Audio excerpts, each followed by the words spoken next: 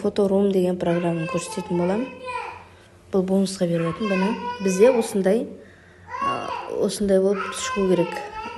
Бұл мысалы визуал жасауға болады да, осылай товармен айналысатындарға мысалы жақсы программа. Мына осылай жасайсыздар, осындай әртүрлі фон таңдайсыздар. Енді ол үшін начать с фотографии дейміз. Осы жерден өзіміздің товарымызды таңдап аламыз. Товарымызды бұл аккуратно әдемі қылып бізге кесіп береді. Кесілді, енді осы жерден өзімізге фон таңдаймыз. Мына жерде мындай коронаның суреттері ғана алмаймыз, ол өйткені платный. Мысалы осы жерден өзіңізге керек таңдап аласыз.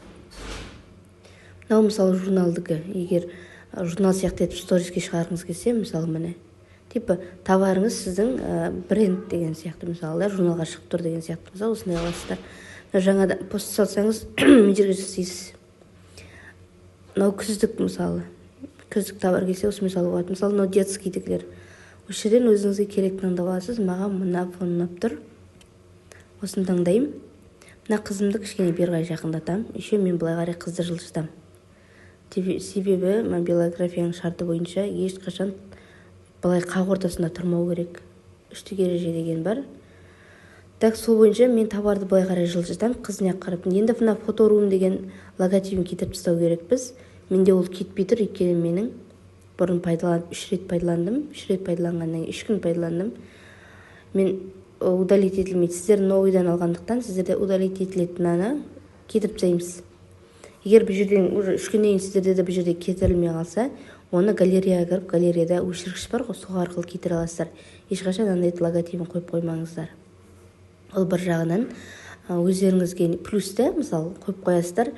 Ешкім білмейді сіздің қалай істейтініңізді де. Сол бір жағынан секрет ретінде, бір жағынан логотиптің былай тұрмауы керек, любой неде мысалы. Менде мысалы кетпей тұр. Өйткені менің бұл программаны пайдаланып жүрмін. Уже тегін 3 рет пайдаландым. Енді маған тегін бермейді, сатып ал деп тұр. Сондықтан сіздерге мысалы ретінде айтып жатырмын да, сіздерге басында кетіріледі, удалить десеңіздер. Енді сохранить етіп аламын. Мен сохранить деп мына галереяның суретін басам.